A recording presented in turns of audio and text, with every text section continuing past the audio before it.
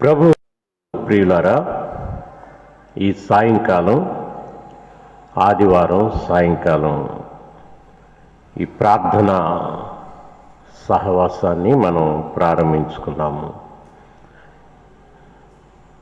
కీర్తనల పుస్తకం నుండి 54వ కీర్తన పాడుకుందాం.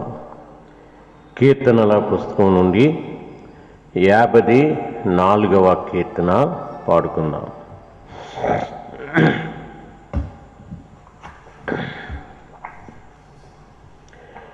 నా యేసు ఆత్మ సూర్యుడా, నీవున్న రాత్రి కమ్మదు, నా ఆత్మలోని వేపుడు వసించి పాయకుండుమి. నేను నిద్రించు వేళలో నాకు అభయ నీయుము. నే లేచి పాని చేయగా నా యుద్ధనుండు రక్షక, నా తోడా రాత్రి బాగళ్ళు నీవుండి నాడి పెంచుము. నీవు నాతో లేకుండినన్ జీవింపచావ జాలను.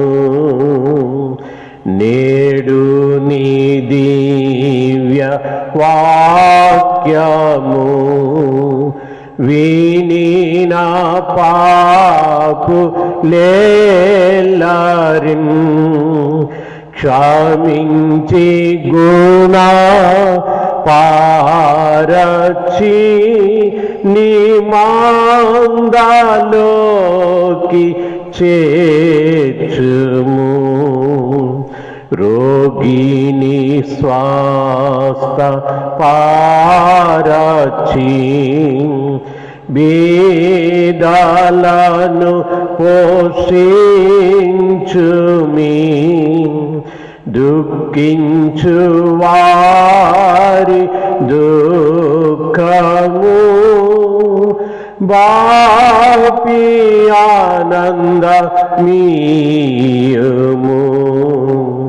నా యేసు ఆత్మ సూర్యుడా, నీవున్న రాత్రి కమ్మదు, నా ఆత్మలోని వేపుడు వసించి పాయకుండుమి.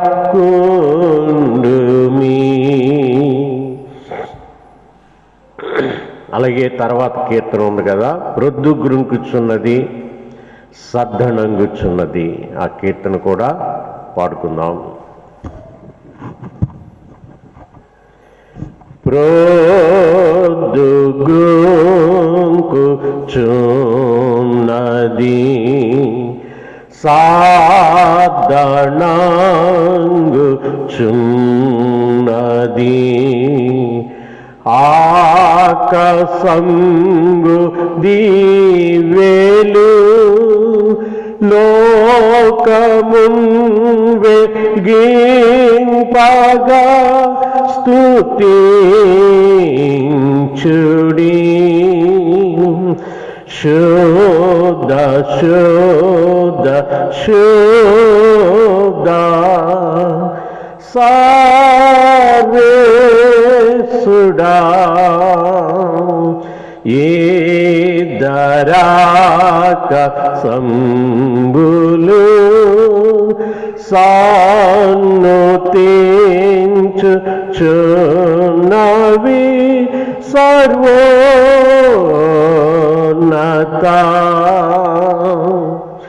జీవితాంతమందున నీ విచిత్ర జ్యోతులన్ చూచుచుండగాను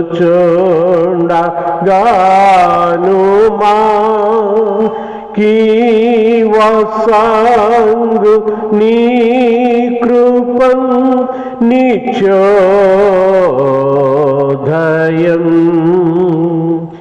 శుద్ధ శుద్ధ శుద్ధ సర్వేశుడా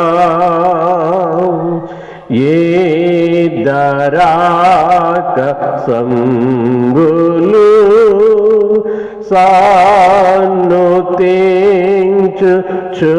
సాన్నుతించుచున్నవి సర్వోన్నత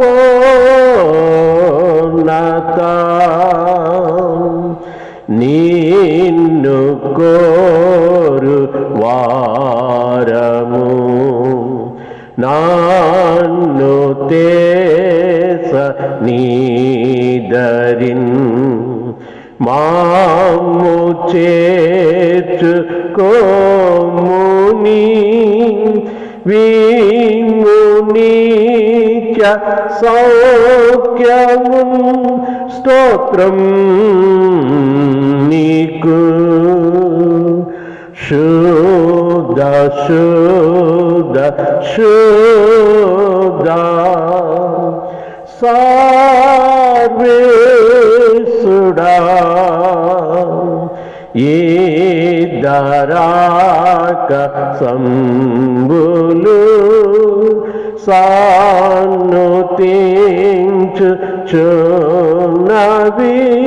సర్వోన్నత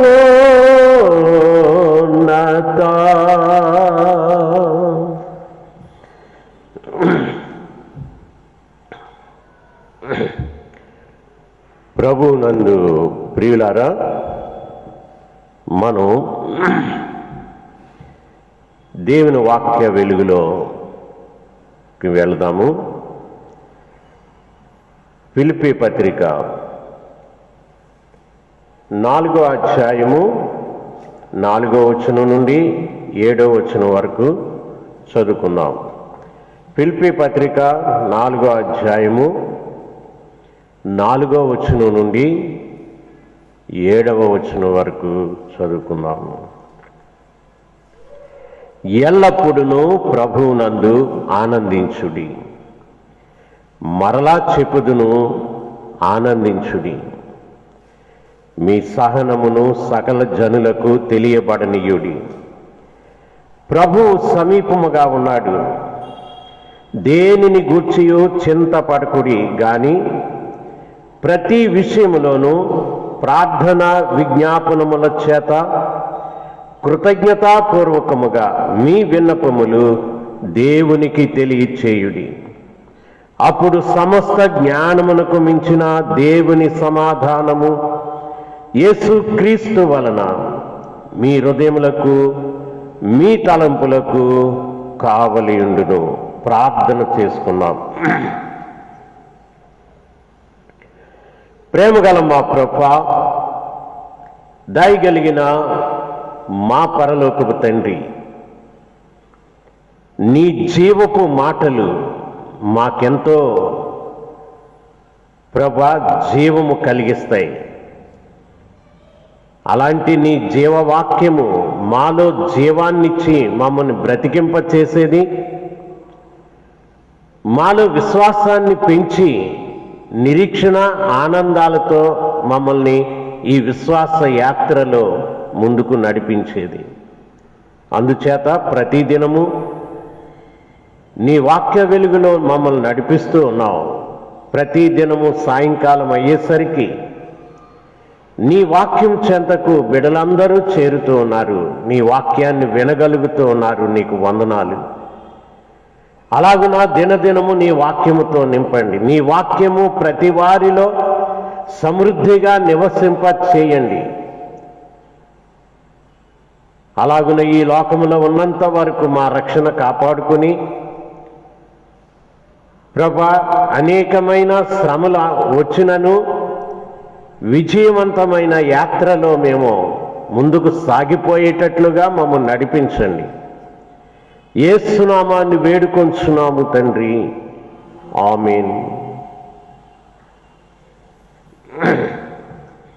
ప్రభువునందు ప్రియులారా,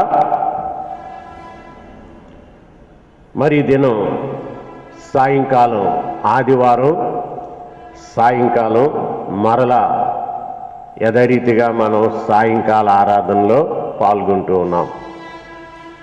మీలో చాలామంది రాగలిగిన వాళ్ళు వచ్చారు, కొంతమంది బతికించారండి. నిన్న రాలేదు కొంతమంది, ఇప్పుడు రాలేదులేండి. బహుశా వీళ్ళకి చలి పట్టేసిందా ఏం పట్టిందో అర్థం కాదు. మనం మరి ఎక్కువగా చేయమన్నాడు. దినాలు గడిచే కొలది ప్రభు రాకను నిరీక్షిస్తూ మరి ఎక్కువ చేయమన్నాడు, కానీ ఇలాగున మరి తగ్గిపోమని చెప్పలేదు వాక్యం. అందుకని ఒకవేళ ఎవడైనా సమాజంగా కూడా మానుకుంటే ఇక వాటి జోలికే వెళ్లకుండా ఉంచేయడం మంచిది. ఎందుకంటే సమయం లేదు. ఇక దినములు చెడ్డవి, దినాలలో చెడు బాగా పెరిగిపోతూ ఉంది. దినాలలో చెడు పెరిగిపోతుంది. ఈ చెడ్డ దినాల్లో సమాజంలో భయంకరమైన చెడు పెరుగుతుంది. అందుకనే బహు జాగ్రత్తగా ఉండాలి. మరి భక్తి సన్నగిల్లిపోయే రోజులు, భక్తి సన్నగిల్లే రోజులు అయ్యాయి. అంచె దినాల్లో యేసుప్రభు అన్నాడు, నేను మరలా భూమి మీదకి వచ్చినప్పుడు విశ్వాసం కనుగొందునంటే అందరిలో విశ్వాసం అడుగంటిపోయి ఉంటుందని దాని అర్థం. యేసుప్రభు నమ్ముకోవచ్చు కానీ విశ్వాసం ఉండదండి.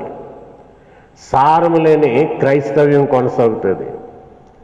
విశ్వాసము లేని క్రైస్తవులుగా మిగిలిపోతారు. అందుకే ప్రతిదినం ఈ లైవ్ అనేది పెడుతూ ఉన్నాం. మరి స్థానికంగా ఉన్నవాళ్ళు ఏంటంటే దేవుని మందిరానికి రావాలి. దేవుని మందిరానికి వచ్చి ఆయన ఆరాధించడం మంచిది. లైవ్ పెట్టడం మంచిదే, కానీ లాక్డౌన్ దినాలకు సంబంధించి పెట్టడం జరిగింది. ఇది ఇలా కొనసాగుతూ ఉంది. ఎందుకు అంటే దూరాన్ని ఉన్న వాళ్ళందరూ కూడా లైవ్ మీద ఆధారపడి ఉన్నారు, ఇక్కడికి రాలేరు కదా. మరి సోంపేట లోకల్గా ఉన్న వాళ్ళకి ఏ ఇబ్బంది వచ్చింది? వీళ్ళు మరీ బద్ధకస్తులు అవుతూ ఉన్నారు, సోమరులు అవుతూ ఉన్నారు. ఇహలోక సంబంధమైన ఐహిక విచారాలు, ఐహిక వ్యాపారాలు, ఐహిక వ్యామోహాలు పెరిగిపోయాయి బాగా. పెరిగిపోయాక ఇక దేవుడు అక్కర్లేదండి.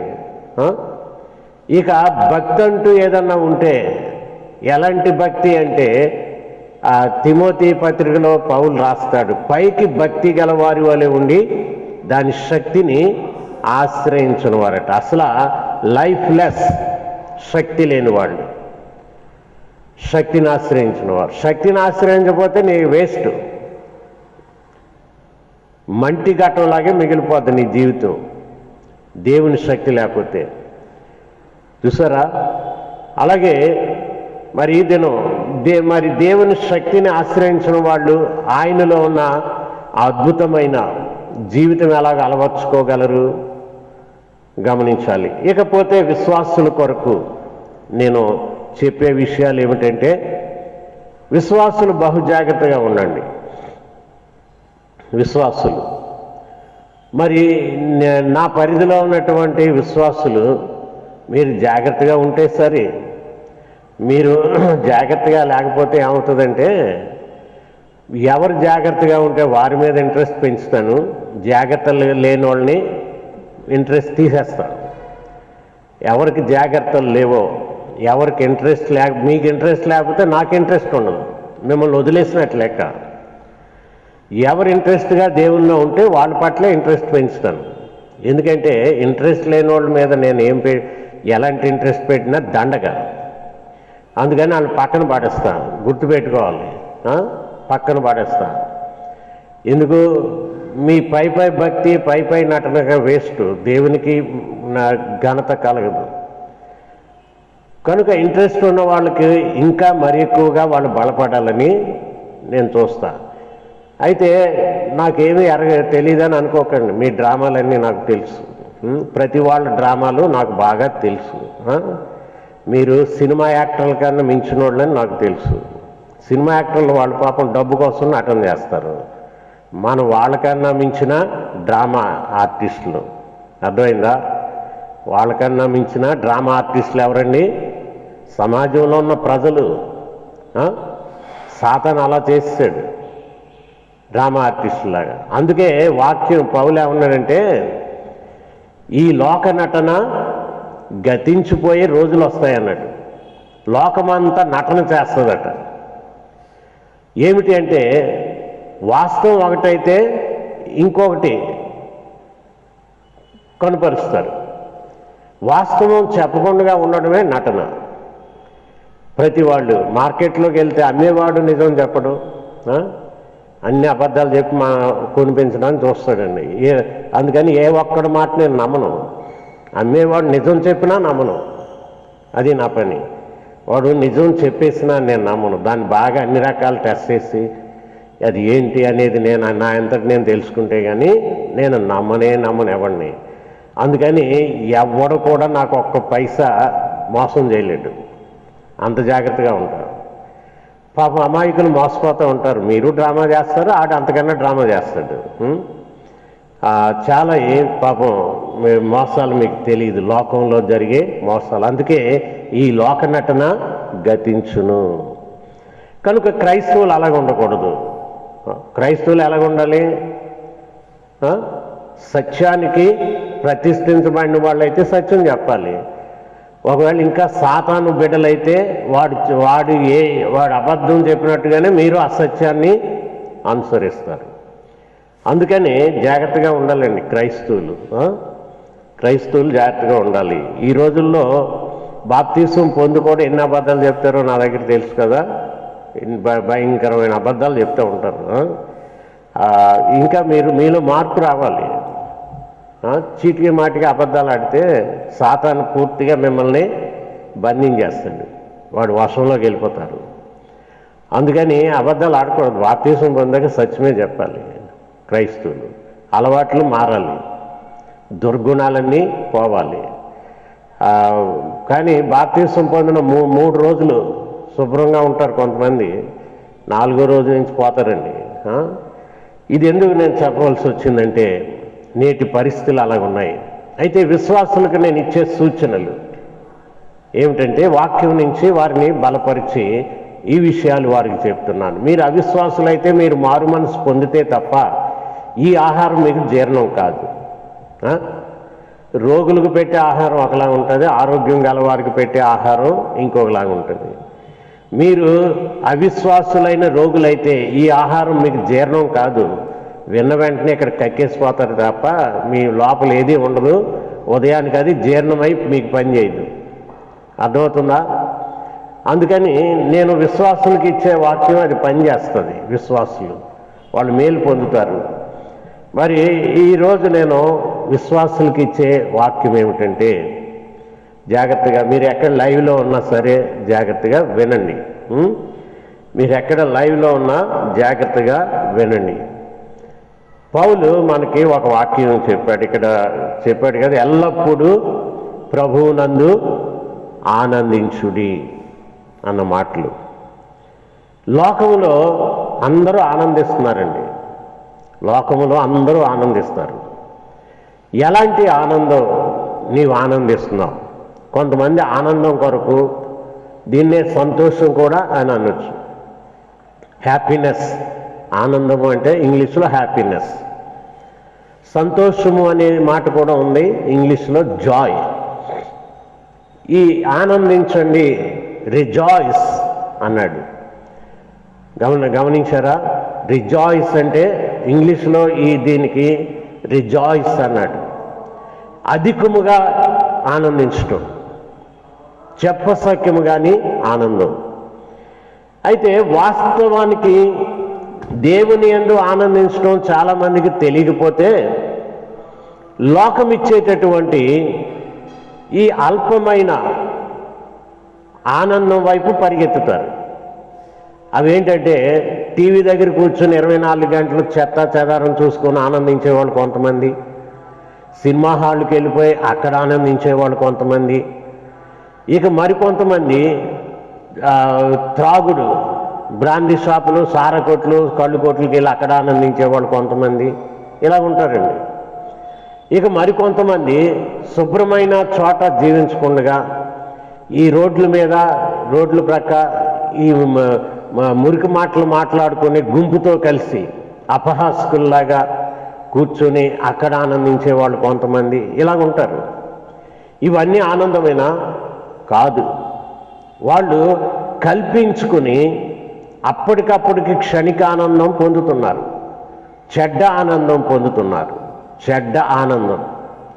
కానీ వాస్తవమైనది, భక్తితో కూడినది, పరిశుద్ధమైనది, వాస్తవమైన ఆనందం యేసు ప్రభువులోనే దొరుకుతుంది. యేసు ప్రభువునందు ఆయన ఇస్తాడు. అందుకే ప్రభువునందు ఆనందించండి. ప్రభువునందు ఆనందించే భాగ్యం మనకి అనుగ్రహించబడింది.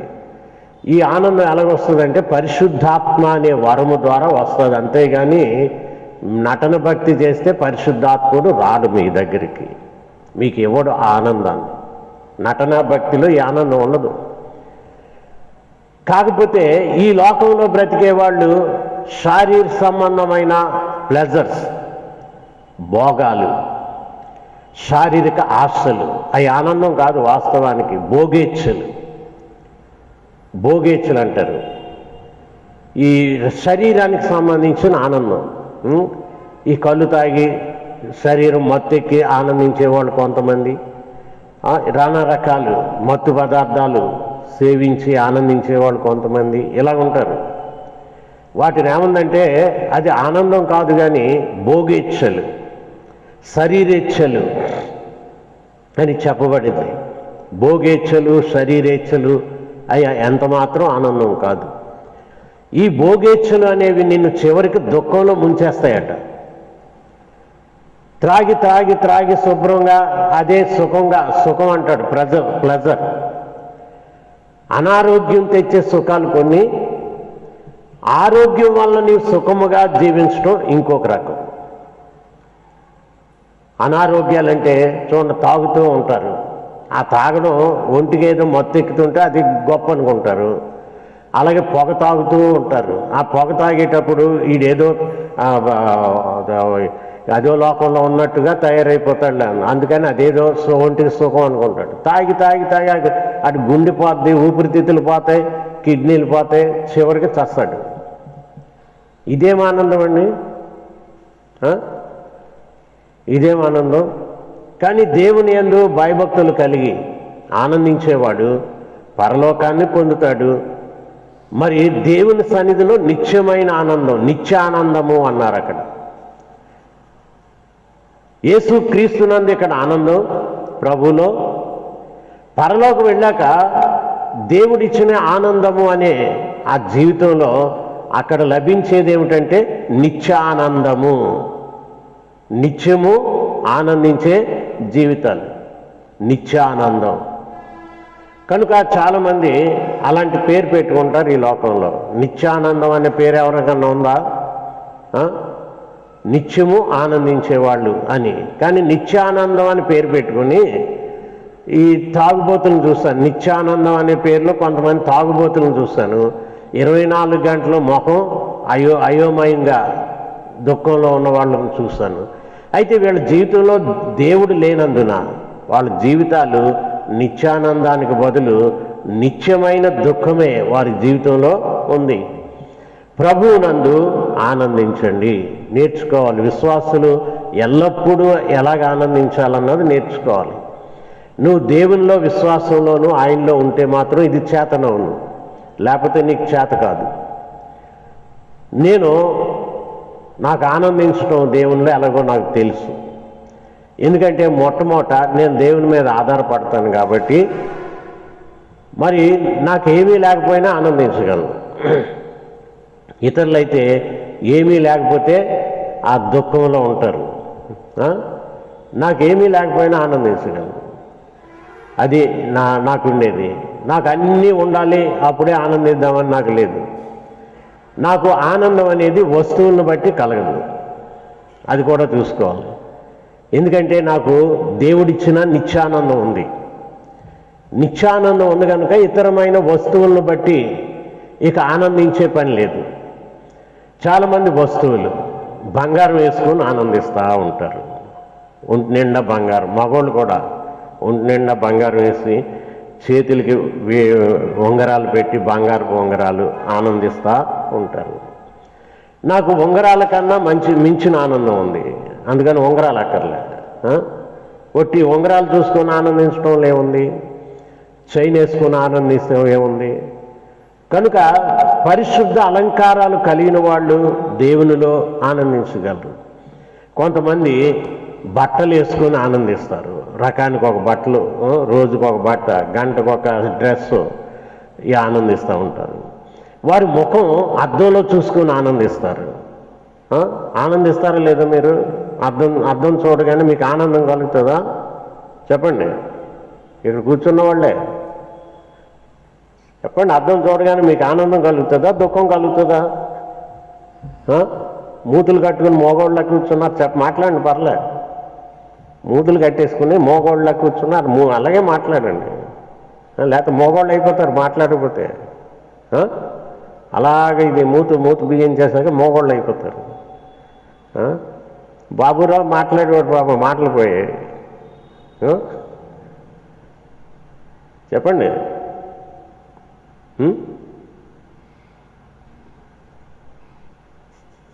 కనుక నిత్యము ఆనందించాలి. అద్దం దగ్గరికి వెళ్ళాక మా ముఖం ఒకలాగా వడిలిపోయి ఉంటుంది.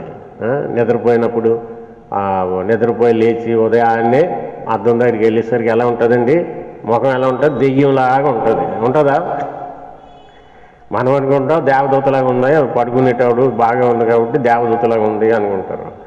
ఈ చలికాలం ఇక మరి చింపురు జుట్టు అయిపోయి ముఖం అంతా ఎండిపోయి, చలికి ఎండిపోతుంది కదా స్కిన్. అక్కడి నుంచి అద్దం దగ్గరికి వెళ్ళగానే దెయ్యంలాగా కనబడుతూ ఉంటుంది. అమ్మమ్మ ఇలాగ దెయ్యంలాగా అయిపోయింది అనేసి వెంటనే ఏం చేస్తారు? కాస్త ఏదేదో పామేసి మొత్తం మీద అయిపోయాక అప్పుడు ఆనందం వచ్చేది. అమ్మాయి నా దెయ్యం ముఖం మారిపోయింది అనుకుంటారు లేదా? చెప్పండి. ఆనందిస్తూ ఉంటారు. కనుక అద్దంలో చూసి ఆనందించడం ఏముంది అందులో? నీ హృదయం శుభ్రంగా ఉంటే ఆనందించవచ్చు. నీ హృదయం అద్దంలాగా ఉండాలి. కనుక ఇవి ఆనందించడం. మరి క్రైస్తవ విశ్వాసములో పెరిగే ఆనందం అది. యేసు ప్రభు చెప్పాడు, జనులు మేము నిందించి హింసించి మీ మీద అబద్ధముగా చెడ్డ మాటలు ఎలా పలుకున్నప్పుడు మీరు సంతోషించి ఆనందించండి. ఏవో 4 వస్తువులు వచ్చాయని ఆనందించడం కాదు. కష్టాలు వచ్చినప్పుడు కూడా దేవునిలో పొందిన ఆనందాన్ని ఎలా నిలబెట్టుకోగలిగి ఉన్నారంటే వాళ్ళకి విశ్వాసం నిరీక్షణ ఉంటే ఆనందం నిలకడగా ఉంటుంది. విశ్వాసం నిరీక్షణ లేని వాళ్ళకి క్షణికమైన ఆనందం వస్తుంది వస్తువుల వల్ల. అది కష్టాలు వచ్చేసరికి ఆవిరైపోద్ది. విశ్వాసము నిరీక్షణలో ఉండేవాళ్ళు అది ఆవిరవదు, వాస్తవంగా ఉంటుంది, నిలబడుతుంది. అందుకని జనులు మేము నిందించి హింసించినా సరే మీరేం చేయాలి? ఆనందించి ఏం చేయాలి? సంతోషించండి. అది అందుకనే కొన్నిసార్లు గంతులేస్తాం. విశ్వాసులు గంతులేసి ఆనందిస్తారు, పాటలు పాడతారు. ఎందుకంటే ఈ చిన్న కష్టాలన్నీ కూడా ఈ నిరీక్షణ విశ్వాసం ముందు ఈ వచ్చే కష్టాలన్నీ కూడా ధూళిలాగా ఉంటుంది. ఆ ధూళిగా ఇలా ఊదితే ఎగిరిపోద్ది మళ్ళా. కనుక విశ్వాసులకు ఉండే ఆనందం. అందుకని పౌలు రోమపత్రికలో ఏమంటున్నాడంటే 5వ అధ్యాయం 2వ వచనం నుండి చక్కని ఆ ఆనందం, శాశ్వతమైన ఆనందం ఎలా నిలుపుకుంటామో అన్న సంగతి చెప్తున్నాడు. రోమపత్రిక 5వ అధ్యాయము చూడండి 2వ వచనం నుండి, మరియు ఆయన ద్వారా మనము విశ్వాసం వలన ఈ కృపయందు ప్రవేశము గలవారమై అందులో నిలిచియుండి దేవుని మహిమను గూర్చిన నిరీక్షణ బట్టి అతిశయపడుచున్నాము అంటూ 3వ వచనంలో ఏమన్నాడు? అంతేకాదు శ్రమ ఓర్పును, ఓర్పు పరీక్షను, పరీక్ష నిరీక్షణను కలుగు చేయనని ఎరిగి శ్రమలయందు అతిశయపడుచున్నాము. గమనించారా? ఈ రకమైన అతిశయం, శ్రమలయందు అతిశయపడేవారు ఎవరంటే మరి నిరీక్షణ గలవారు, విశ్వాసం గలవారు. శ్రమలు వచ్చినప్పుడు అతిశయించడం అంటే ఈ శ్రమలు నన్ను ఏం చేయజాలు, నా ప్రభు నాకున్నాడు కనుక నేను స్థిరముగా ఉండగలను అని అతిశయపడడం అన్నమాట.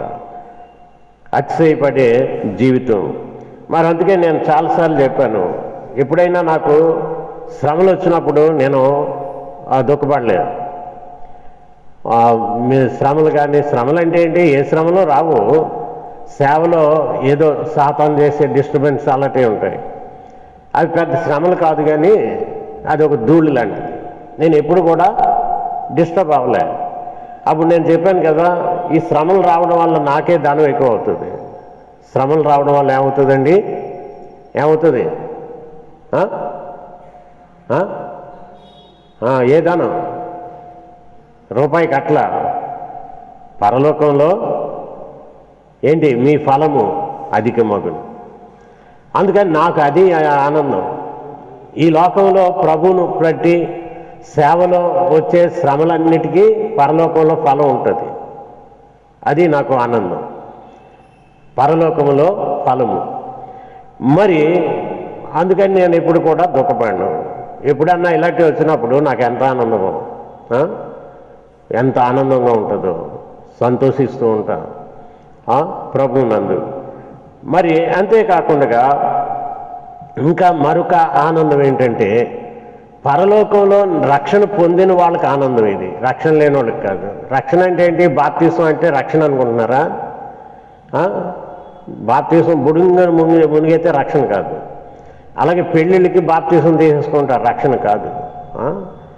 నీవు యేసు ప్రభుని నీ హృదయంలోకి చేర్చుకుని, రక్షణ అంటే ఎలాంటిదంటే, నువ్వు నిజంగా పాపివని నీకు తెలిసి పశ్చాత్తాపడి ఆ పాపం కోసం, అర్థమైందా? ఇదంతా జరగాలి ప్రాసెస్.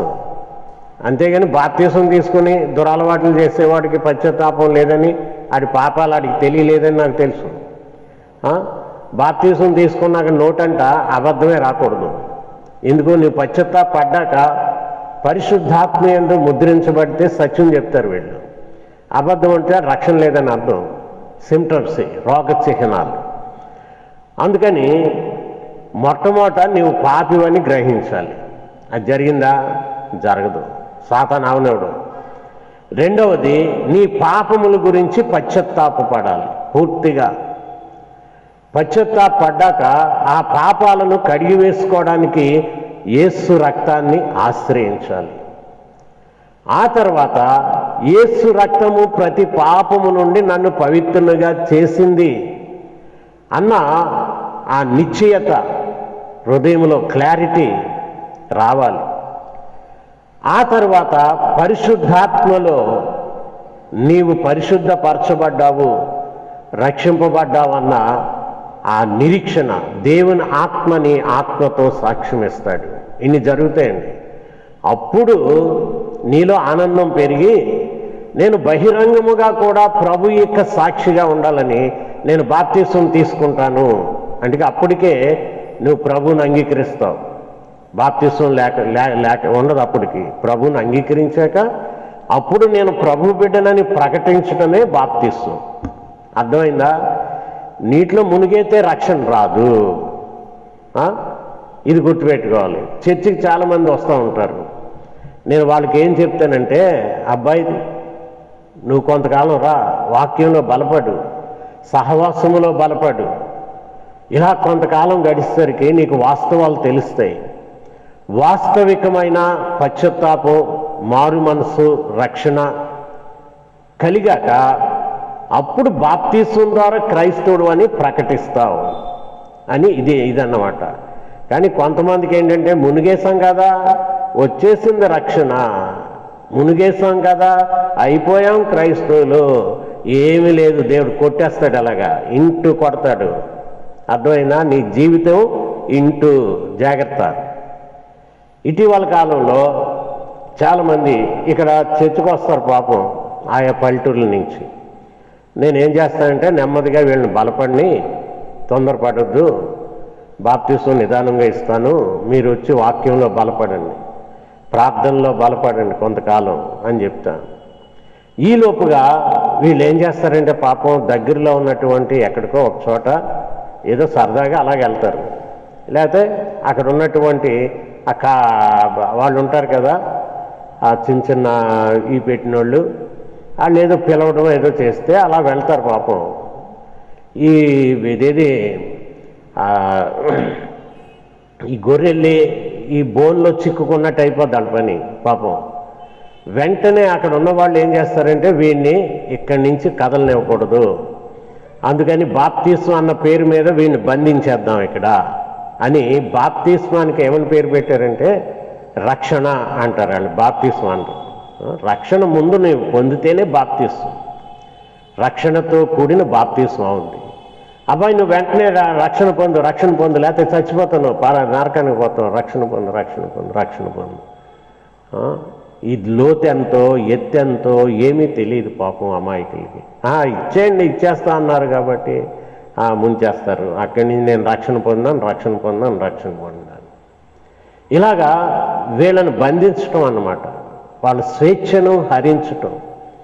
వాళ్ళు స్వతహాగా తమంతట తాముగా ప్రభులో బలపడి తమంతట తాముగా తీసుకోవడానికి అవకాశం లేకుండా చేయడం.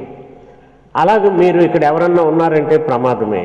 ఒకవేళ బాప్తీసం పొందిన రక్షణ లేకపోతే మీకు ఆనందం ఉండదు. గమనించారా? ఆనందం అనేది ఉండదు.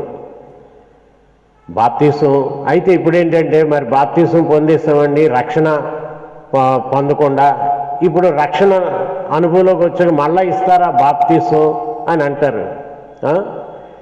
ఈ తలమాసిన వాళ్ళు ఎవరో తీసుకుంటూ ఉంటారు. అలాగా అక్కర్లేదు మళ్ళా బాప్తీసం. మీరు ఎప్పుడైతే పొందారో ఆ ఇచ్చిన బాప్తీసమే కన్ఫర్మ్ అవుతుంది.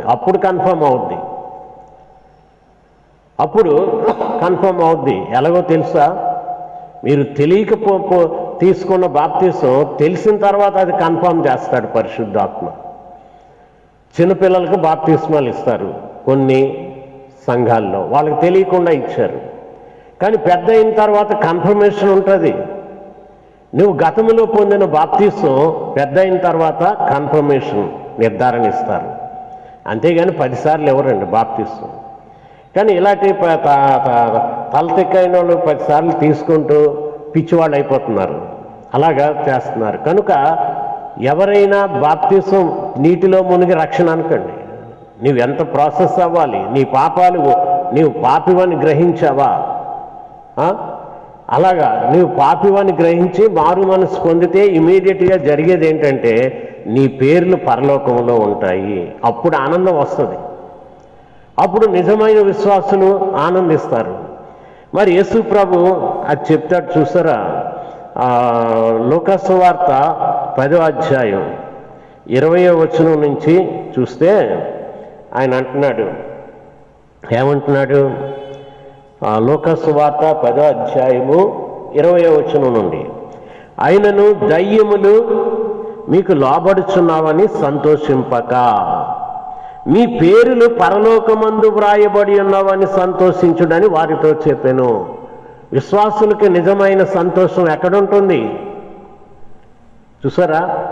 నీ పేరు పరలోకంలో ఉంటేనే సంతోషం. బాప్తీసం పొందేసారి ఇంతకాలం అయ్యింది, ఏ సంతోషం లేదు. కారణం ఏంటంటే నీకు రక్షణ లేదు, మారు మనసు లేదు, నీ పాపముల విషయమై పశ్చాత్తాపడలేదు. పూర్వకాలం క్రైస్తవులు అలాగే చేశారు. కొంతమంది మారు మనసు లేని క్రైస్తవులు మిషనరీలు వచ్చినప్పుడు వాళ్ళకి ఎడ్యుకేషన్ ఫ్రీగా వస్తుంది. మిషనరీ స్కూల్స్ కదా, ట్రైనింగ్ స్కూల్స్ ఇవన్నీ ఉండే. ఎడ్యుకేషన్ ఫ్రీగా ఉంటుంది, స్కూల్స్లో ఫ్రీగా సీట్లు ఇస్తారు. ఇలాగా అప్పటికి క్రైస్తవులని వాళ్ళ చేత బాప్తిస్మాలు పొందిస్తారు. కానీ క్రైస్తవ నడత ఎవరిలో కనబడలేదు. బైబిలు వాక్యానుసారమైన నడతలు కనబడలేదు. అప్పుడు లేవు, ఇప్పుడు లేవండి చాలామంది క్రైస్తవులకి. లోకానుసారమైన జీవితాలు బ్రతుకుతూ ఉన్నారు సిగ్గులేక. ఉంటే నిజమైన నికార్సైన నిప్పులాంటి క్రైస్తవుడిగా బ్రతకాలి, లేకపోతే నువ్వు నాన్ క్రిస్టియన్గా బ్రతకడం గౌరవం. అంతేగాని క్రైస్తవుని పేరు పెట్టుకొని లోకానుసారమైన చెత్త బ్రతకడం అన్నది సిగ్గు లేదా? కనుక ఇటు అన్నా ఉండాలి, అటన్నా ఉండాలి.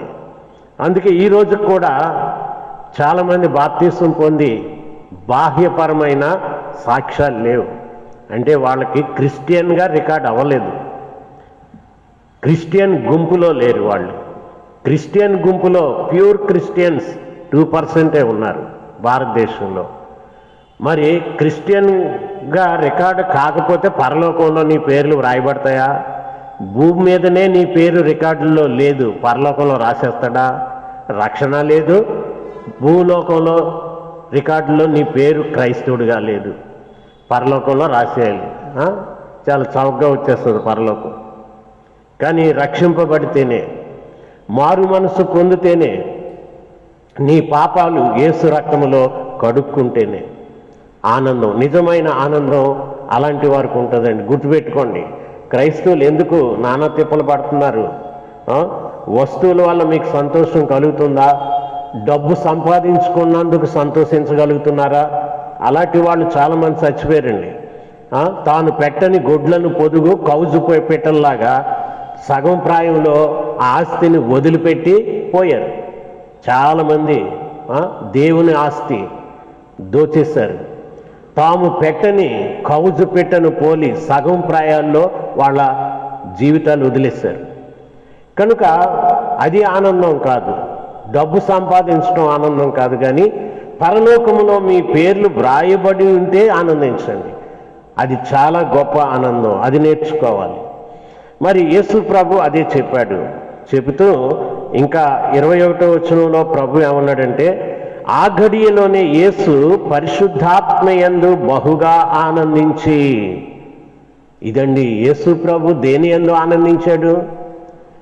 విశ్వాసికి మారు మనసు లేకపోతే, రక్షణ లేకపోతే పరిశుద్ధాత్మ రాకపోతే నీ బతుకంతే. పరిశుద్ధాత్మను పొందాలంటే మారు మనసు పొంది నిజమైన రక్షణ అనుభవంతో ఉండాలి, పరిశుద్ధమైన జీవితం జీవించాలి.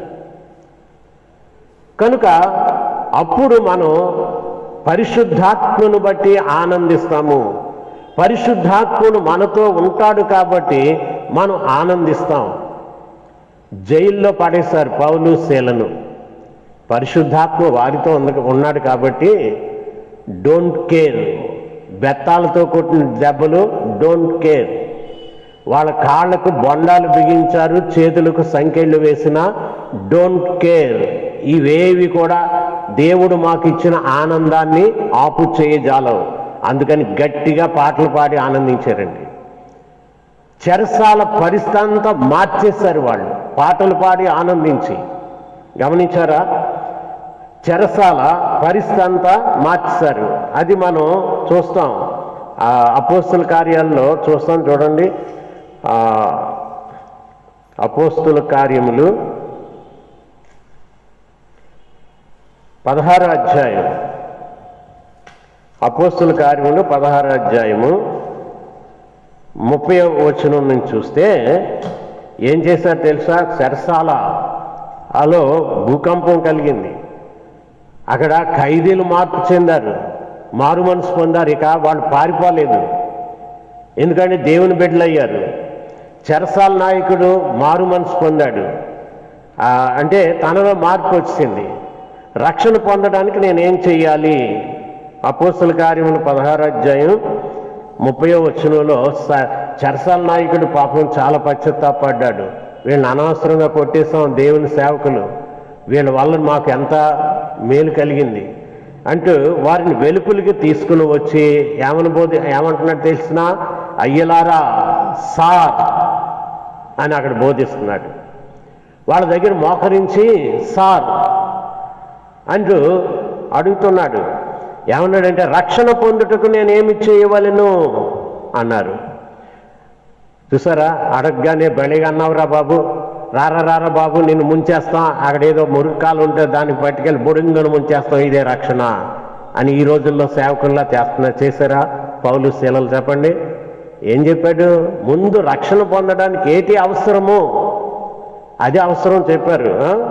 నీ బాప్తిస్మాన్ని గురించి బాప్తిస్మాలు ఇచ్చేయడం కాదు అక్కడ ప్రాముఖ్యం. అందుకు వారు ప్రభు అయిన యేసునందు విశ్వాసం ఉంచుము, ఇదిరా అసలైన జరగవలసిన పని. అంతేగాని బుడుంగున ఎక్కడ కాలువ దొరికితే అక్కడ ముంచేయడం కాదు. ఎక్కడ కాలువ దొరికితే అక్కడ ముంచేయడం కాదు. ఈ రోజులు ఇంకా భయంకరమైనవి కదా, ఎక్కడ పడితే అక్కడ మునిగేయకూడదు. మురికి నీళ్ళల్లో ఎండాకాలం నీళ్ళన్నీ నాచు కట్టేస్తే మునిగేసాడండి ఒకడు, రెండో బాప్తిస్మా మాట అది. ఇంకా కరోనా కాలం అది, కరోనా. అందుకే నేనేం చేస్తాను, ఫ్రెష్ వాటర్ పెద్ద టబ్ కట్టించి కుండి బోర్ నుంచి ఫ్రెష్ వాటర్ పంపిస్తాం, దాంట్లో బ్లీచింగ్ కలుపుతాం, అన్నీ చేసి విశ్వాసులకు ఎలాంటి అనారోగ్యకరమైనవి రాకుండా జాగ్రత్తలు తీసుకుంటాం. తీసుకొని అందులో బాప్తిస్మం ఇచ్చిన వెంటనే వాళ్ళు ఇమీడియట్గా స్నానం చేయడానికి బాత్రూమ్లు ఉన్నాయి. వాళ్ళు వెళ్ళి మళ్ళా చక్కగా స్నానం చేయొచ్చు. చేస్తారో లేదో తెలియదండి. చేస్తారా? ఎందుకు 4-5 బాప్తిస్మం ఇచ్చే కొంత ఆ వాటర్ ఇదవుతుంది కదా, అందుకని మళ్ళా వాళ్ళకి ఫ్రెష్గా స్నానం చేయడానికి కూడా బాత్రూమ్స్ పెట్టాం. వాళ్ళు మళ్ళీ ఫ్రెష్గా అయ్యి దేవుని సన్నిధికి వస్తారని. ఇలాగా ఈ శరసాలని రారా బాబు రారా, ఎక్కడ కాలువలు చూడు, మురుగు కాలువ, అందులో ముంచేస్తాను, ఇదే రక్షణ అనలేదు. బాప్తిస్మం అది. బ్యాప్టైజో అంటే దాని అర్థం ఏంటి? గ్రీకు మాట ముంచడము, నీటిలో ముంచడము అని దాని అర్థం. నీవు క్రైస్తవుడు అయ్యావు, రక్షణ పొందావని డిక్లేర్ చేసేదే బ్యాప్టిజం, డిక్లరేషన్. అది అర్థమవుతుందా? రక్షణ అని పేరు పెట్టారు.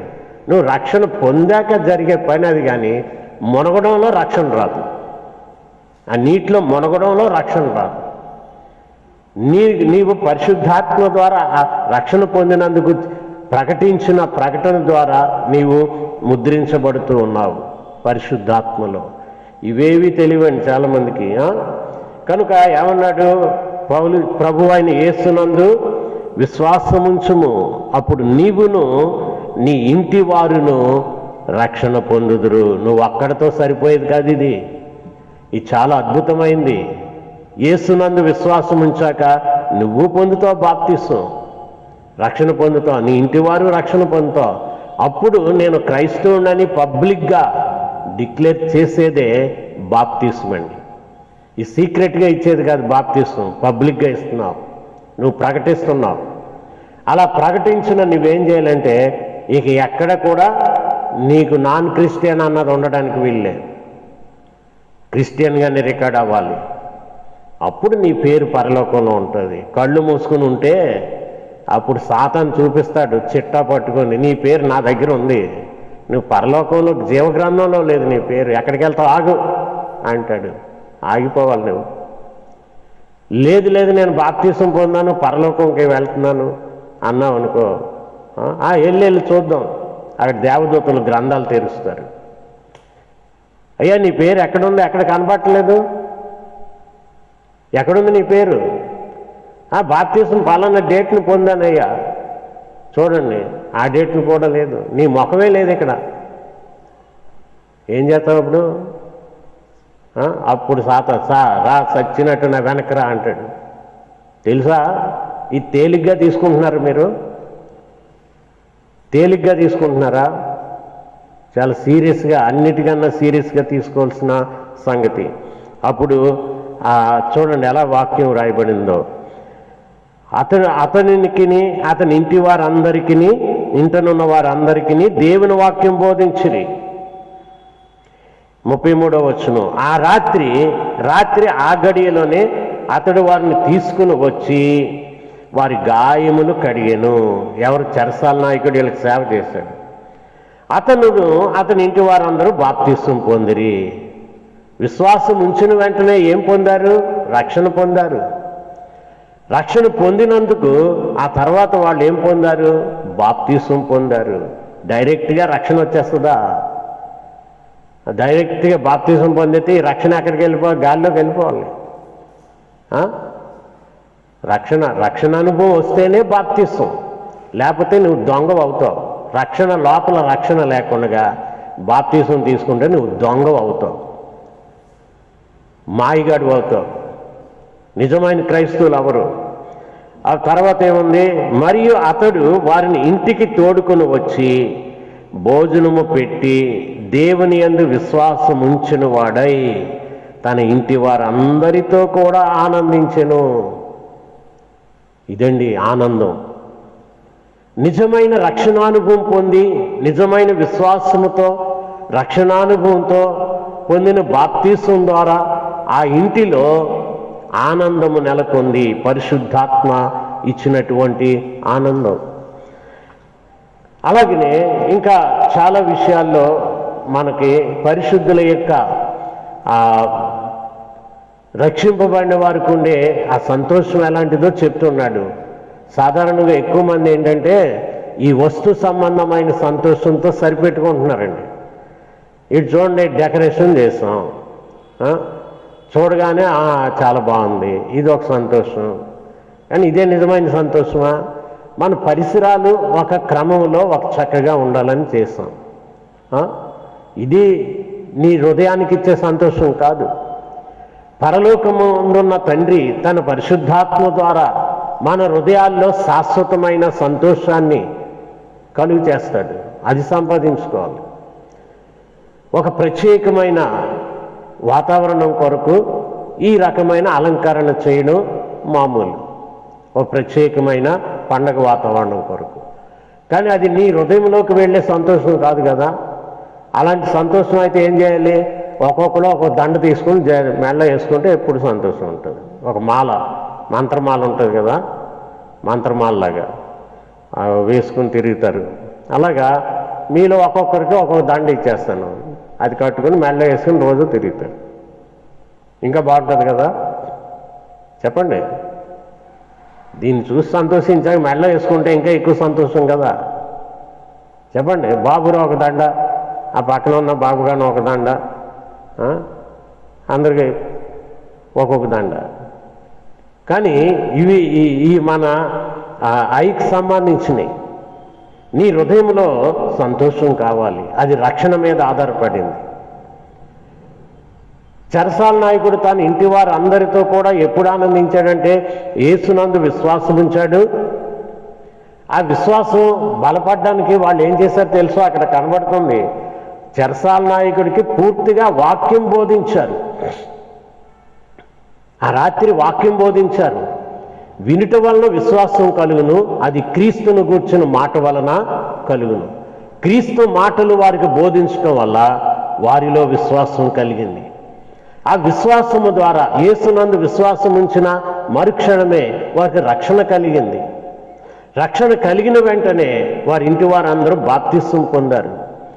బాప్తిస్మం పొందిన వెంటనే ఇల్లంతా ఆనందించడం మొదలుపెట్టింది. అది ఎన్నడూ రాని ఆనందం అండి. వాళ్ళకి డబ్బులు ఉన్నాయి, అన్నీ ఉన్నాయి, కానీ ఎప్పుడూ రాని ఆనందం యేసుక్రీస్తు ప్రభువుని తమ హృదయాల్లో చేర్చుకున్నాక వచ్చింది. అలాగే లాస్ట్లో ఇంకొక మాట నేను చెప్పి ముగిస్తాను. చాలా ఉన్నాయి కానీ నేను తరువాత ఆ రోజుల్లో నేను అవి మీ ముందుకు తెస్తాను. అలాగే సంతోషము, సామెతల గ్రంథం 17వ అధ్యాయం 22వ వచనంలో ఒక మాట ఉందండి, చాలా జాగ్రత్తగా గుర్తుపెట్టుకోండి. సామెతల గ్రంథం 17వ అధ్యాయం సంతోషం గురించి మాట్లాడాను. దేవుడిచ్చిన సంతోషం, పరిశుద్ధాత్మ మనలో కలిగించే సంతోషం. పరిశుద్ధాత్ముడు మనలో ఈ స్థిరమైన సంతోషం ఉంచినప్పుడు ఆ సంతోషం ఏం చేస్తుందంట? సంతోషము గల మనసు, సామెతలు 17:22 ఏమనుంది? సంతోషము గల మనస్సు ఆరోగ్య కారణము, నలిగిన మనస్సు ఎముకలను ఎండిపోచేయను. నలిగిన మనస్సు ఏమైపోద్దండి? క్షీణత, ఆరోగ్యం క్షీణిస్తుంది నలిగిన మనస్సు. చాలామందికి డబ్బులు ఉంటాయి, అన్నీ ఉంటాయి, ఐహిక విచారాలు అన్నీ పెట్టుకుని మనసు నలిగిపోతూ ఉంటుంది, ఆరోగ్యం కూడా నలిగిపోతుంది. నీకేమీ లేకపోయినా దేవుడిచ్చిన సంతోషం అంటే అక్కడ ఆరోగ్యం పెరుగుతుందట. ఆరోగ్యానికి సీక్రెట్ బైబిల్ చెప్పింది ఆరోగ్యానికి. మరి ఈ సంతోషం కావాలంటే ప్రభు ఇచ్చే సంతోషం ప్రార్థన ద్వారా, వాక్యము, నీ గృహములో సహవాసం, వీటి ద్వారా దేవుని వాక్యమందు ఆనందించుతాం. యెహోవా ధర్మశాస్త్రమందు ధ్యానించుచు దివారాత్రం ఆనందించుచు దివారాత్రం దానిని ధ్యానించువాడు ధన్యుడు. వాక్యములో ఆనందం నీకు ఆరోగ్యము, నీకు ఆరోగ్యం కలుగు చేస్తుంది. అందుకని ఈ సీక్రెట్ తెలుసుకోండి. కోవిడ్ కాలంలో కూడా విశ్వాసులు ఆరోగ్యంగా ఉండాలి అంటే ఇదిగో వాక్యములో, దేవుని సహవాసములో, ప్రార్థనలో ఎక్కువగా మీరు గడిపి ఆనందించండి. అప్పుడు మీలో ఇమ్యూనిటీ పవర్ పెరుగుతుంది. సంతోషం గల మనసు ఆరోగ్య కారణం అన్నాడంటే ఆరోగ్యానికి బేస్ ఏంటంటే ఇమ్యూనిటీ, ఇమ్యునైజేషన్ అంటే ఏంటి? శరీరములో వ్యాధి నిరోధక శక్తి, శరీరములో వ్యాధి నిరోధక శక్తి పెరగటం. సంతోషంగా ఉన్న వాళ్ళకి అది వస్తుందట. వ్యాధి నిరోధక శక్తి ఉంటేనే ఆరోగ్యం ఉంటుంది. వ్యాధి నిరోధక శక్తి క్షీణిస్తే అనారోగ్యం ముంచుకొస్తుంది. అందుకని ఈ దినాల్లో చాలామంది అనారోగ్యం పాలవుతూ ఉన్నారు. వ్యాధి నిరోధక శక్తి క్షీణించిపోతూ ఉంది. ఎందుకంటే యేసు ప్రభు అసలు సంతోషం, ఆనందాన్ని ఇచ్చే దానికి కర్త. మనకు లేకపోతే మన జీవితం చీకటిమయం, మన జీవితం అనారోగ్య కారణం అవుతుంది. చెబుతాను చాలామందికి, ఇన్ని కష్టాలు పడుతున్నారు, యేసు ప్రభును మీ హృదయంలో, మీ గృహంలో ప్రతిష్ఠించుకోండి అంటే ఎంతన్నా వాక్యం వినడానికి ఇష్టపడతారు కానీ యేసు ప్రభుని హృదయంలోకి చేర్చుకోవడానికి ఇష్టపడరండి. అంటే ఇక అదొక తత్వం. యేసు ప్రభుని హృదయంలో పెట్టుకోవడానికి ఇష్టపడరు. కనుక అంత మాత్రాన్ని వీళ్ళ భక్తి సంపూర్ణం అవుతుందా? ఆలోచిద్దాం. ఎల్లప్పుడూ ప్రభువునందు ఆనందించడం అంటే అది. ఎల్లప్పుడూ ప్రభువునందు ఆనందించటము అంటే అది. అంచేత మనం తెలుసుకుందాం, మన కుటుంబాలు వాక్యముతో ప్రార్థనతో నింపబడి ప్రభు మీద ఆనుకొని సంతోషంగా గడుపుదాం. ఇతరులు గమనించాలి, వీళ్ళకి ఈ సంతోషం ఎక్కడి నుంచి వస్తుంది, ఇంత ఆనందం ఎలాగుంది అన్నది. కనుక దేవుడు అలాగున మనలను దీవించునుగాక. ఇక చివరిగా నేను ఒక ప్రకటన చేసి నేను ముగిస్తాను. ఆ దూర ప్రాంతాల్లో ఉన్న వాళ్ళకి కానీ ఇక్కడ ఉన్న వాళ్ళకి 31వ రాత్రికి వాగ్దానాలు ఉంటాయి కదా, అవి ప్యాకింగ్లో సీల్డ్ కవర్లో ఇస్తాం. అవి మీరు ముందాదివారం పట్టుకుని వెళ్ళి 27వ తారీఖు ఆదివారం ఇక్కడ ఉన్నవాళ్ళు తీసుకుని వెళ్ళి 31వ తారీఖు వాచ్నెట్ సర్వీస్ ఇక్కడ జరిగించబడుతూ ఉంటే మీరు ఇంటి దగ్గర ఉండి ఆరాధనలో పాల్గొంటారు.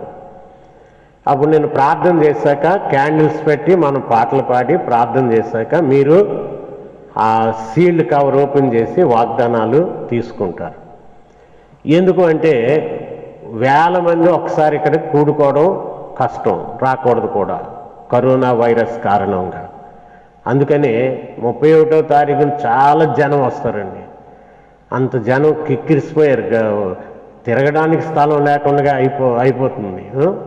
అంత ఉండకూడదు ఈ పరిస్థితుల్లో. కరోనా నిబంధనలను బట్టి మనం ఇంటి దగ్గరే ఉండి వాచ్లెట్ సర్వీసు ఆచరిస్తాం. ఇంటి దగ్గరే 10 గంటలకు స్టార్ట్ చేస్తాం, 12 గంటలకు ముగిస్తాం. అందుకని ఈలోపుగా మీకు వాగ్దానాలు సీల్డ్ కవర్లో అందించబడతాయి. దూరాన్ని ఉన్న వాళ్ళకి పోస్ట్లో పంపేస్తాం. మీరు మీ అడ్రస్ నా సెల్కి పెట్టినట్లయితే పోస్ట్లో పంపేస్తాం, క్లియర్ అడ్రస్ పెడితే. అది మీరు గమనించాలి. మరి 25వ తారీఖు శుక్రవారం క్రిస్మస్ ఆరాధన. లోకల్గా ఉన్న వాళ్ళకి 9:30కు, అంటే 9 గంటలకే ఇక్కడికి మీరు చేరుకోవాలి, లేకపోతే సీట్లు ఉండవు. కొయిర్ అవుతూ ఉంటుంది 9 గంటల నుంచి. ఈ లోపున అందరూ 9:30కి సీట్లు ఫిలప్ అయిపోవాలి. వాళ్ళకి ఈవేళ వచ్చిన వాళ్ళకి ఈ కార్డ్స్ ఇచ్చాం, అంటే వీళ్ళు గ్యారంటీగా వస్తారని ఇచ్చాం. మరి ఈవేళ రాని వాళ్ళు, అంటే చర్చ అలవాటు లేని వాళ్ళు ఈవేళ వచ్చి ఉండరు కనుక, ఒకవేళ వాళ్ళు క్రిస్మస్ రోజున వస్తారు అంటే రేపటి నుంచి వచ్చి ఈ ఎంట్రన్స్ పాస్ తీసుకోవాలి రేపటి నుంచి. లేకపోతే మరి మీకు లోపలికి ఎంట్రన్స్ ఉండదు. లోకల్గా ఉన్న వాళ్ళందరికీ, గ్రామాల్లో ఉన్న వాళ్ళకి ఈ ఎంట్రన్స్ పాస్ తీసుకుంటే అక్కడ సెక్యూరిటీ చాలా కట్టుదిట్టంగా ఉంటుంది. మిమ్మల్ని అస్సలు వదలరు. ఈ పాస్ ఇస్తే మిమ్మల్ని లోపలికి వదులుతారు. సెక్యూరిటీ మాత్రం చాలా పకడ్బందీగా ఉంటుంది. అది ఈ పాస్ ఇస్తే మిమ్మల్ని లోపలికి వదులుతారు. అందుకని చాలా ముఖ్యం. ఇప్పుడు అందుకున్న వాళ్ళు, మీ కుటుంబ సభ్యులు ఒకవేళ ఎప్పుడూ రాకపోయినా చర్చికి ఆ రోజు వస్తారంటే రేపటి నుంచి వచ్చి తీసుకోండి. ఉదయాన్నే వింటున్నారు కదా లైవ్, రేపటి నుంచి 9 గంటల నుంచి ఇవి తీసుకోవాలి. మీ కుటుంబ సభ్యులు ఎవరు వస్తున్నారో పేరు చెప్తే నేను అక్కడ ఉంటాను, ఆ టేబుల్ దగ్గర కూర్చొని ఉంటాను కదా, మీరు తీసుకొని వెళ్ళాలి. మరి నేను లైవ్లో చెప్తున్నాను. ఈవేళ ఇద్దామంటే టైం ఎక్కువ అవుతుంది. ఒక్కొక్కరు ఎక్కువ టైం తీసుకుంటారు. మా ఇంట్లో ఎంతమంది అండి, అంతమంది ఎంతమంది అని. అలా కాకుండా ఇక్కడికి వచ్చిన వాళ్ళకే ఇచ్చాను, ఎందుకంటే వీళ్ళు 25వ తారీఖు గ్యారంటీగా వస్తారని ఇచ్చాను. మరి రాని వాళ్ళు ఏంటంటే, మేము వస్తామండి, ఆ రోజు ఆదివారం మానేసినట్టుగా మాకు ఇవ్వండి అండి, రేపటి నుంచి తీసుకుని వెళ్ళాలి మీ కుటుంబ సభ్యులకి. రేపు వచ్చి ఉదయం 8 కన్నా వచ్చినా ఇస్తాం, 8 గంటలకు వచ్చినా ఇస్తాం, రేపు సాయంత్రం వరకు ఇస్తాం. మీరందరూ తీసుకుని దగ్గర ఉంచుకోవాలి, తర్వాత ఇవ్వబడవు. ఎందుకంటే ఈవేళ 20వ తారీఖు, రేపు 21. ఇక తర్వాత మనం కార్యక్రమాల్లోకి వెళతాం. అందుకని పాస్లు మీరు తీసుకోవాలి, ఎంట్రీ పాస్లు.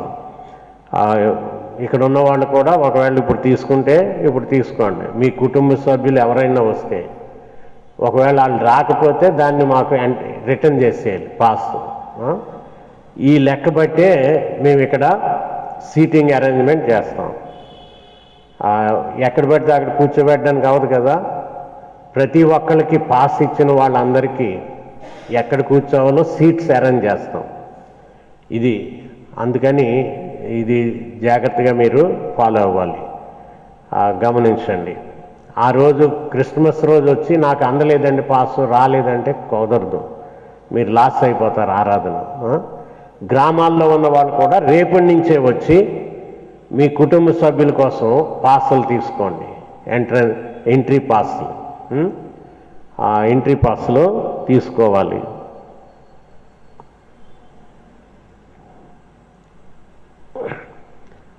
ఇది మీరు గమనించవలసిన సంగతి.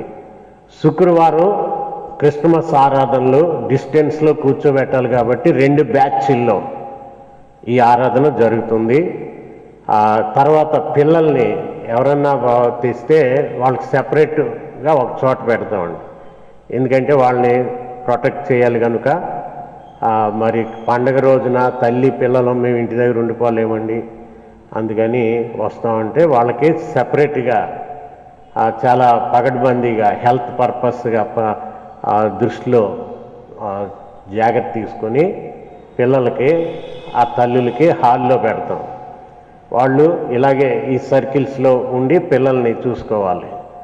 అటు ఇటు తిరిగి అందరిని ముట్టుకోవడం, గంతులేయడం జరగకూడదు. అలాంటివి జరిగినప్పుడు నెమ్మదిగా ఆ పిల్లల్ని మరి లేనిపోయిన తెచ్చుకుంటారు. పిల్లల్ని అటు ఇటు తిరుగుతారు కదా, గంతులేస్తూ ఉంటారు. అందుకని పిల్లల్ని తెస్తే, అంటే ఎవరిని తేవద్దని చెప్పాం, ఒకవేళ వస్తే ఆ లోపలే ఆ తల్లులు పిల్లలు లోపల ఉండాలి, బయట తిరగకూడదు. ఇన్ని ఉన్న ఏర్పాట్లలో ఉంటాం మేము రేపటి నుంచి. ఈ పాస్లు మాత్రం మీరు తీసుకోండి, ఎవరు వస్తారో వాళ్ళు తీసుకుంటే మీరు ముందుగా సిద్ధపడిన వాళ్ళు అవుతారు. 25వ తారీఖుకే క్రౌడ్ కంట్రోల్ కోసం ఇది పెట్టాం. ఇక ఎవరైనా ఆరాధనకు రాకుండా ఇతరులు కూడా, క్రైస్తవులు కాని వాళ్ళు ఇతరులు ఆరాధనకు రాకుండా ఆ రోజు చర్చ్ చూడడానికి వస్తారు కదా, వాళ్ళు కూడా ఏంటంటే అక్కడ హ్యాండ్ వాష్ చేసుకోవాలి, శానిటైజర్ చేసుకోవాలి, అప్పుడు రావాలి. అది 4 గంటల నుంచి 7 గంటల వరకే. మళ్ళీ 7 గంటలకి క్లోజ్ అయిపోతాయి గేట్లు. ఆ 7 గంటలకు కొద్దిగా వదులుతాం 4 గంటల నుంచి. కొంతమందిని వదిలి వాళ్ళు వెళ్ళిపోయాక మళ్ళీ కొద్దిమందిని అవుటర్స్, అంటే వాళ్ళు దేవాలయం దర్శించుకోవడం అన్న దృక్పథంతో వస్తారు, ఆరాధన అనే కాకుండా. వాళ్ళకి ఆ టైంలో పెట్టాం. అందుకని అక్కడ సెక్యూరిటీని బాగా పెట్టి 10 మందిని వదిలి వాళ్ళు చూసి మళ్ళా రిటర్న్ అయ్యాక మళ్ళీ ఒక 10 మందిని అలా వదలడం జరుగుతుంది. అందరిని ఒక్కసారి గుంపుగా వదలడం జరగదు. ఇవన్నీ మీరు అర్థం చేసుకొని కోవిడ్ పరంగా మరి ఈ క్రమశిక్షణ పాటించండి. ఎలాంటి ఇబ్బందులు మనకు తలెత్తకుండా, ఎలాంటి కరోనా మాలిన్యం అనేది మనకు అంటకుండా జాగ్రత్త పడదాం. ఈ ప్రకటనలు చివరిగా మనం ప్రార్థన చేసి ముగించుకుందాం. ప్రేమగల మా ప్రభువా, దయగలిగిన మా పరలోకపు తండ్రి, ఇదిగో ఈ సాయంకాలం, ఆదివారం సాయంకాలం నీ సన్నిధిలో మేము గడిపాం. లోకములో మేము దుఃఖించేవారిగా మమ్మల్ని పెట్టలేదు. నీ రక్షణలో నీవు మా జీవితాల్లో, మా హృదయాల్లో ప్రభువుగా ఉన్నప్పుడు ఇక మేము దుఃఖించే పనే లేదు. ఈ లోకంలో నానా రకాలైన ఇబ్బందులు, వ్యాధులు, ఆర్థిక ఇబ్బందులు అన్నీ కలుగుతాయి, కానీ మాకు దుఃఖం రానియ్యవు. నిరీక్షణతో, ఓర్పుతో, సహనంతో మమ్మల్ని నింపి నీ పరిశుద్ధాత్మ యందలి ఆనందంతో మమ్మల్ని నింపే దేవుడు. మాకున్న సమస్తమైన పరిస్థితులన్నీ, స్థితిగతులన్నీ కూడా నువ్వు మార్చగలిగిన దేవుడు కనుక ప్రతివారు నీపై ఆధారపడి విశ్వాసం ఉంచి ప్రభువా నిన్ను వెంబడించే కృప బిడ్డలకు దయచేయండి. అలాగున ఈ రాత్రి ఈ లైవ్ ద్వారా వాక్యం విన్న బిడ్డలందరినీ బలపరచండి. ఇదిగో 25వ తారీఖు క్రిస్మస్ ఆరాధనకు బిడ్డలను సిద్ధపరిచి తోడుకొని రండి. అనారోగ్యాలతో ఉన్న బిడ్డలను ప్రభువా నువ్వే ఆరోగ్యం ఇచ్చి బిడ్డలను బలపరచండి. యేసు నామాన్ని వేడుకొంచున్నాము తండ్రి, ఆమేన్. పరలోకమందున మా తండ్రి, నీ నామం పరిశుద్ధపరచబడుగాక, నీ రాజ్యం వచ్చునుగాక, నీ చిత్తము పరలోకమందు నెరవేరుచున్నట్లు భూమి యందును నెరవేరునుగాక. మాకు కావలసిన ఆహారం నేడు మాకు దయచేయుము. మా రుణస్థులు మేము క్షమించి ఉన్న ప్రకారము మమ్మును క్షమించుము. మమ్మును శోధనలోనికి తేక దుష్టుల నుండి తప్పించుము. ఎందుకంటే రాజ్యము, బలము, మహిమ నిరంతరము నీవే. ఆమేన్. మన పరమ తండ్రి అయిన దేవుని యొక్క ప్రేమ, మన ప్రభువును రక్షకుడైన యేసుక్రీస్తు యొక్క కృప, పరిశుద్ధాత్ముని సహవాసము చేరిన మనందరకు సదాకాలము కలుగునుగాక. ఆమేన్.